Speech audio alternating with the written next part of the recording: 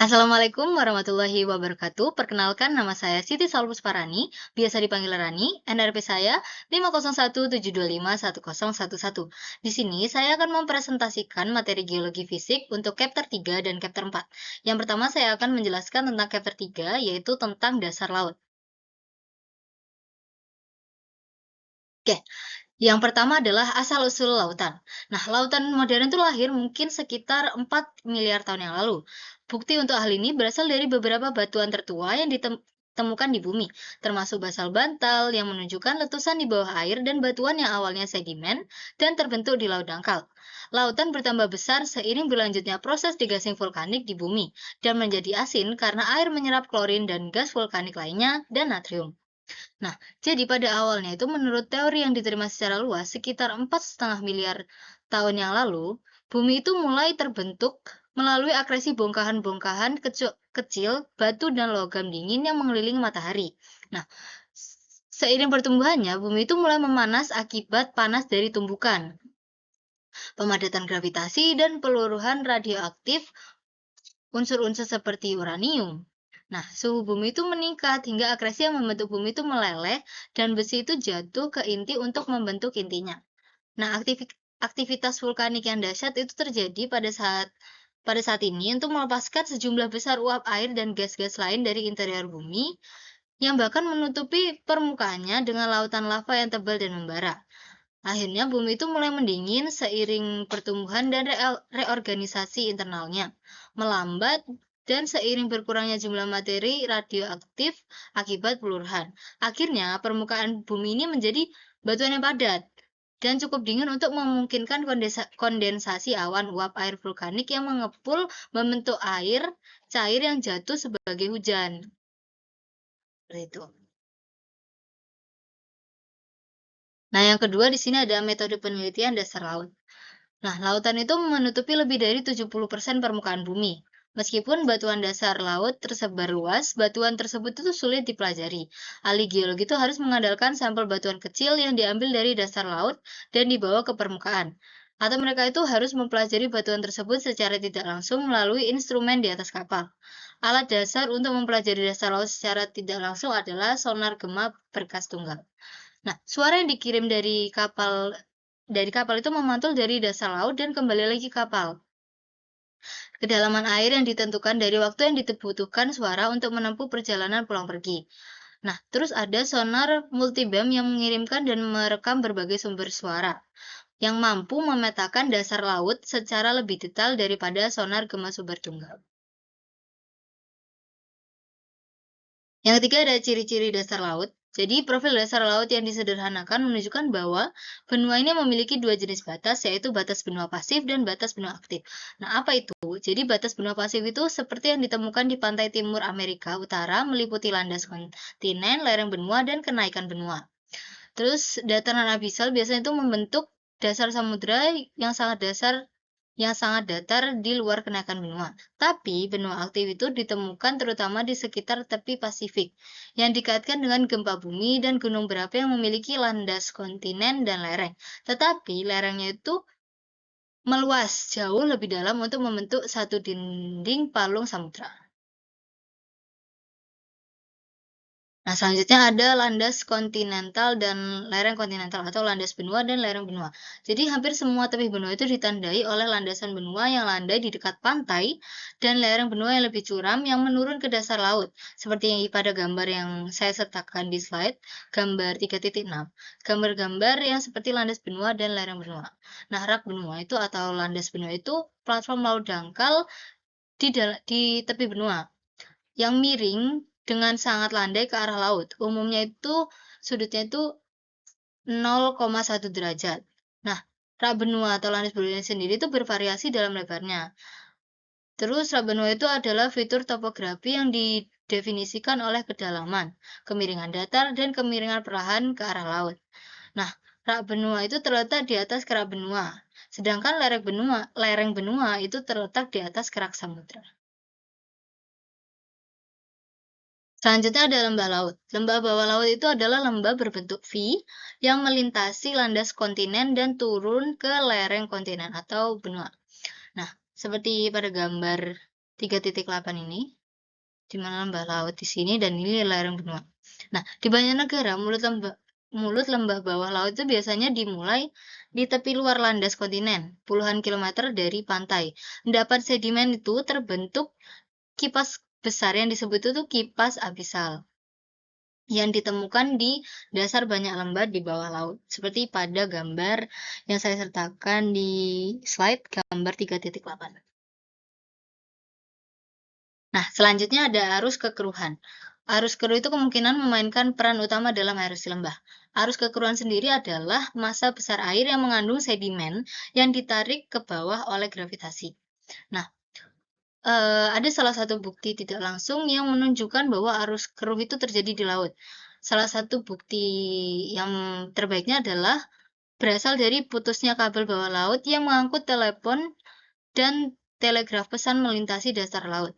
Seperti pada gambar yang saya cantumkan di slide, gambar 3.11, itu menunjukkan aliran ke bawah urutan bukti kabel yang rusak akibat gempa bumi pada tahun 1929 di wilayah Grand Banks di Atlantik Utara Barat. Nah, urutan kerusakan kabel ini diinterpretasikan sebagai akibat dari arus keruh yang disebabkan gempa bumi yang mengalir dengan cepat, yang menuruni lereng benua. Selanjutnya ada batas benua pasif. Batas benua pasif ini meliputi landas benua dan lereng benua dan punggung benua yang umumnya itu membentang hingga daratan abisal pada kedalaman sekitar 5 km. Nah, dinamakan batas pasif karena biasanya itu berkembang di pantai yang secara geologis tenang, tanpa gempa bumi, gunung berapi, dan pegunungan mudah. Nah, batas pasif ini salah satunya itu ditemukan di tepi sebagian besar dari batasan dengan Samudra Atlantik. Batas pasif ini juga sebagian besar ada di bagian Samudra Arktik dan Samudra Hindia, serta beberapa bagian di Samudra Pasifik. Nah, selanjutnya ada punggung benua. Di dasar banyak bagian lereng benua itu terdapat punggung benua, yaitu sebuah lapisan sedimen berbentuk segitiga yang membentang dari bagian bawah lereng benua hingga dasar laut dalam. Nah, punggung benua itu beristirahat di atas kerak samudra seperti pada gambar 3.7 yang saya cantumkan di slide. Nah, berikutnya adalah jenis-jenis pengendapan. Sedimen itu tampaknya itu terendapkan di punggung benua melalui dua cara, yaitu yang pertama oleh arus turbiditas yang mengalir turun lereng benua dan oleh arus kontur yang mengalir sepanjang lereng benua. Nah, arus kontur sendiri adalah arus dasar laut yang mengalir sejajar dengan lereng tepi benua yang sejajar dengan kontur daripada turun lereng, seperti pada gambar 3.12. Selanjutnya ada dataran abisal. Dataran abisal itu adalah wilayah yang sangat datar, biasanya ditemukan di dasar lereng benua. Profil seismik itu menunjukkan bahwa dataran abisal terbentuk dari lapisan sedimen horizontal. Nah, penumpukan sedimen secara bertahap itu mengubur topografi yang lebih tua dan lebih berbukit, yang dapat dilihat pada catatan profil seismik sebagai dasar batuan di bawah lapisan sedimen seperti pada gambar 3.13 yang saya cantumkan. Nah, sampel sedimen dataran abisal itu menunjukkan bahwa sedimen tersebut itu berasal dari daratan. Berikutnya ada batas benua aktif. Nah, batas benua aktif ini biasanya ditandai dengan gempa bumi, pegunungan muda, dan gunung berapi di dataran. Terdiri dari landas benua, lereng benua, dan palung laut. Kalau yang pasir tadi kan karena itu termasuk wilayah yang tenang, tidak ada gempa bumi dan pegunungan dan lain-lain. Nah, batas benua aktif ini umumnya itu tidak memiliki landas benua yang curam dan dataran abisal, serta berkaitan dengan batas lempeng konvergen. Nah, batas kontinental aktif ini ditemukan di tepi sebagian besar daratan yang berbatasan dengan Samudra Pasifik dan beberapa tempat lain di Samudra Atlantik dan Samudra Hindia. Seperti pada gambar 3.14. Berikutnya adalah palung samudra. Jadi palung samudra adalah parit sempit dan dalam yang sejajar dengan tepi benua atau busur pulau, yang merupakan garis melengkung pulau-pulau seperti Aleutian atau Jepang, seperti yang ditunjukkan pada gambar 3.14 di slide sebelumnya. Nah, palung samudra itu ditandai oleh aliran panas yang abnormal rendah dibandingkan dengan kerak samudra normal. Nah, hal ini tuh menunjukkan bahwa kerak di palung di palung itu mungkin lebih dingin daripada kerak normal. Nah, berikutnya adalah punggung laut tengah. Punggung laut tengah itu adalah jajaran gunung bawah laut raksasa yang membentang di seluruh dunia seperti jahitan pada bola baseball. Seperti pada gambar yang saya cantumkan di slide di gambar 3.17. Itu kan ada kayak garis-garis. Nah, itu adalah punggung laut tengah yang seperti menonjol. Nah, sebuah lembah sebuah lembah retakan di mana kerak. Lembah retakan di puncak punggung laut tengah samudra itu adalah fitur unik yang tidak ada jajaran punggungan di daratan yang memiliki lembah semacam itu di sepanjang puncaknya. Nah, bumi sendiri itu mengalami perpanjangan yang membentang di sepanjang puncak punggung bumi. Berikutnya itu adalah aktivitas geologis di punggung laut. Nah, para geolog pada proyek Famous itu melihat bukti jelas adanya patahan ekstensional di dalam lembah patahan. Para geolog itu menyimpulkan bahwa lembah retakan tersebut itu kontinu atau berlanjut, dan aktivitas vulkanik sporadis yang terjadi sebagai akibat dari proses retakan. Punggung laut tengah itu juga sering ditandai oleh garis-garis mata air panas yang mengangkut dan mengendapkan logam. Berikutnya adalah aktivitas biologis di punggung laut. Nah, penemuan black smokers itu mengejutkan para geolog yang menjelajahi punggung laut tengah samudra. Tetapi, ada kejutan yang lebih besar, yaitu adalah adanya penemuan organisme eksotis yang hidup di dasar laut di sekitar mata air panas.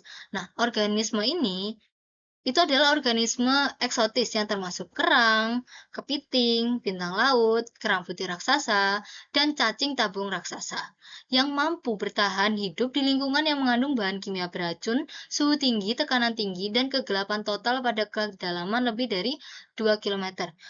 Nah, organisme-organisme ini ada pada gambar 3.19. Yang C tadi itu salah satunya. Berikutnya ada zona retak. Zona retakan adalah garis kelemahan utama di kerak bumi yang melintasi punggung laut tengah dengan sudut hampir tegak lurus. Nah, lembah patahan punggung laut tengah itu seringkali bergeser di banyak tempat melintasi zona patahan, seperti pada gambar 3.20, dan dasar laut di satu sisi zona patahan itu seringkali berada pada ketinggian yang berbeda dengan dasar laut di sisi lain, sehingga membentuk tebing yang curam.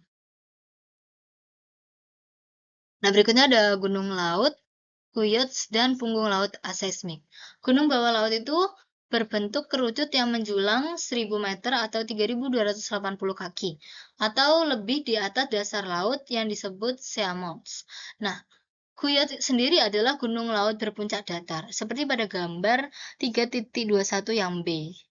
Nah, yang sebagian besar itu ditemukan di Samudra Pasifik Barat. Laut aseismik sendiri adalah punggung laut bawah laut yang tidak terkait dengan gempa bumi. Nah, banyak guyur dan gunung laut di dasar laut itu tersusun dalam rantai. Nah, rantai vulkanik semacam ini itu bersama dengan beberapa punggung laut lainnya di dasar laut itu diberi nama punggung laut aseismik gitu. Berikutnya adalah terumbu karang. Jadi terumbu karang itu adalah punggung gelombang yang tahan terhadap gelombang yang terdiri dari karang, alga, dan organisme berkapur lainnya. Nah, terumbu karang sendiri itu terbentuk dari air hangat, lautan dangkal, dan terang yang rendah akan sedimen terlarut. 3 jenis yang paling penting dari terumbu karang ini adalah terumbu tepi, terumbu penghalang, dan atol seperti pada gambar 3.22. Yang berikutnya adalah endapan dasar laut. Nah, kerak basaltik dasar laut itu ditutupi di banyak tempat dengan lapisan sedimen. Sedimen ini dapat berupa sedimen terigenik yang berasal dari daratan atau sedimen pelagik yang mengendap perlahan melalui air laut. Nah, sedimen terigenik itu adalah sedimen yang berasal dari daratan dan telah mencapai dasar laut. Sedangkan sedimen pelagik adalah sedimen yang mengendap perlahan melalui air laut. Sedimen ini itu terdiri dari tanah liat berbutir halus dan kerangka organisme mikroskopis seperti pada gambar 3.23. Berikutnya adalah kerak oseanik dan Ophiolites. Nah, kerak samudra itu berbeda secara signifikan dengan kerak benua. Kerak samudra itu lebih tipis dan memiliki komposisi yang berbeda dari kerak benua. Nah, gagasan geolog tentang komposisi keras samudra itu sangat dipengaruhi oleh studi tentang ophiolites, yaitu urutan batuan khas yang ditemukan di banyak rantai pegunungan di daratan. Seperti pada gambar 3.25, lapisan atas yang tipis dari ophiolite itu terdiri dari batuan sedimen laut yang seringkali termasuk cat berlapis tipis. Berikutnya adalah usia dasar laut. Nah, jadi ketika para ahli geologi kelautan itu mulai menentukan usia batuan dasar laut dengan penanggalan isotop dan sedimen dengan fosil, sebuah fakta itu ditemukan, di mana semua batuan dan sedimen dasar laut itu terbukti berusia kurang dari 207 tahun, namun hanya untuk batuan dan sedimen dari dasar laut dalam, bukan yang berasal dari tepi benua. Nah, batuan dan sedimen yang saat ini ditemukan di dasar laut dalam itu terbentuk selama era Mesozoikum dan Kenozoikum, tetapi tidak lebih awal. Nah, sebaliknya sebagaimana dibahas di bab 8 di chapter 8 nanti, nah bumi itu diperkirakan berusia 4,5 miliar tahun, di mana setiap benua itu mengandung beberapa batuan yang terbentuk selama era Paleozoikum dan Prakambrium. Beberapa batuan Prakambrium di benua itu berusia lebih dari 3 miliar tahun dan beberapa itu berusia hampir 4 miliar tahun. Oleh karena itu, benua ini masih menyimpan batuan dari sebagian besar sejarah bumi gitu. Berikutnya adalah dasar laut dan tektonik lempeng. Asal-usul sebagian besar fitur dasar laut itu berkaitan dengan tektonik lempeng, yang akan dibahas di bab 4 nanti, yang menunjukkan bagaimana teori tektonik lempeng menjelaskan keberadaan dan karakteristik landasan benua dan lereng, palung, punggung laut tengah, dan zona patahan, serta usia yang sangat muda dari dasar laut itu sendiri, yang akan saya bahas setelah ini. Nah, di sini saya masuk ke chapter 4 tentang tektonik lempeng. Yang pertama yang akan saya bahas adalah kasus awal untuk pergerakan benua. Jadi, pada awal tahun 1900-an, Alfred Wegener, seorang ahli meteorologi asal Jerman, itu mengemukakan argumen kuat yang mendukung teori pergeseran benua atau continental drift. Nah, gagasan bahwa benua-benua dulunya saling menyatu dan kemudian terpisah serta bergerak menjauh satu sama lain itu, atau dulunya itu benua Pangea yang ketika masih menjadi satu, itu telah ada itu selama lebih dari 130 tahun seperti pada gambar 4.2. Nah, benua-benua tadi itu dapat disatukan seperti potongan-potongan pada sebuah teka-teki gambar atau puzzle. Seperti yang pada gambar 4.2 ini, itu kan jika terpisah itu ketika disatukan itu seperti puzzle. Jadi patahan-patahan lempeng tadi itu jika disatukan tuh menyatu membentuk satu kesatuan gitu. Yang dulunya adalah benua Pangea. Nah, berikutnya adalah paleomagnetisme dan kebangkitan kembali teori pergeseran benua. Nah, jadi banyak penelitian pada tahun 1940-an dan 1950-an yang membuka jalan bagi kebangkitan kembali gagasan pergeseran benua atau continental drift tadi, yang kemudian digabungkan dengan konsep penyebaran dasar samudra atau sea floor spreading, yang menjadi teori baru yang disebut tektonik lempeng atau plate tectonics. Nah, penelitian baru ini tuh berfokus pada dua bidang utama. Yang pertama yaitu studi tentang dasar samudra, dan yang kedua itu adalah penelitian geofisika, terutama yang berkaitan dengan kemagnetan batuan atau rock magnetisme. Nah, gambar yang saya cantumkan ini, gambar 4.9 ini itu menunjukkan bagaimana aliran lava Permian di Amerika Utara yang menunjukkan posisi kutub Permian di Asia Timur. Berikutnya adalah bukti terkini tentang pergeseran benua. Nah, seiring meningkatnya minat terhadap pergeseran benua yang dipicu oleh bukti paleomagnetik, penelitian baru itu dilakukan untuk mencocokkan benua-benua dengan mendefinisikannya, tapi benua itu sebagai titik tengah di lereng benua, alih-alih garis pantai saat ini yang terus berubah. Nah, bukti paling meyakinkan tentang pergeseran benua itu berasal dari kecocokan batuan yang sangat presisi antara benua-benua yang kini terpisah. Jika benua-benua disatukan seperti potongan-potongan puzzle, seperti yang saya jelaskan di slide sebelumnya. Berikutnya adalah kekuatan pendorong Hess. Jadi, mengapa sih dasar laut itu bergerak? Nah, hipotesis awal Hess adalah bahwa pemekaran dasar laut itu didorong oleh konveksi mantel dalam. Konveksi adalah pola sirkulasi yang didorong oleh naiknya material panas atau tenggelamnya material dingin. Nah, sirkulasi air yang dipanaskan dalam panci di atas kompor itu merupakan contoh konveksi. Nah, konveksi di mantel itu merupakan gagasan yang kontroversial pada tahun 1962, karena meskipun konveksi dapat dengan mudah didemonstrasikan dalam panci berisi air, sulit untuk memvisualisasikan batuan padat mantel itu berperilaku seperti cairan. Namun, dalam jangka waktu yang sangat lama, batuan mantel yang sangat panas itu dapat mengalir secara ductile. Berikutnya adalah punggungan tengah samudra. Nah, jika konveksi mendorong pemekaran dasar laut, maka batuan mantel panas pastilah naik di bawah punggungan samudra tengah. Nah, hasil itu menunjukkan bagaimana keberadaan punggungan dan aliran panas yang tinggi disebabkan oleh naiknya batuan mantel panas ini. Nah, seiring batuan panas terus naik di bawah puncak punggungan, pola sirkulasi itu terpecah dan bercabang di dekat permukaan. Nah, batuan mantel bergerak itu secara horizontal menjauhi puncak punggungan di setiap sisi punggungan. Pergerakan ini itu menyertai tegangan di puncak punggungan yang memecahkan kerak samudra dan membentuk lembah retakan serta gempa bumi yang berfokus dangkal yang terkait dengannya. Gitu. Nah, berikutnya adalah palung samudra. Saat batuan mantel bergerak horizontal menjauhi puncak punggungan, yaitu membawa serta dasar laut atau kerak samudra basaltik. Nah, saat batuan panas bergerak menyampi, ia mendingin dan menjadi lebih padat, lalu tenggelam lebih dalam di bawah permukaan laut. Nah, Hess itu memperkirakan batuan tersebut itu akan menjadi cukup dingin dan padat untuk tenggelam kembali ke dalam mantel. Nah, penurunan batuan dingin ini menjelaskan keberadaan palung samudra serta aliran panasnya yang rendah. Hal ini itu juga menjelaskan anomali gravitasi negatif yang besar yang terkait dengan palung. Karena tenggelamnya batuan yang dingin itu memberikan gaya yang menahan palung di luar keseimbangan isostatik.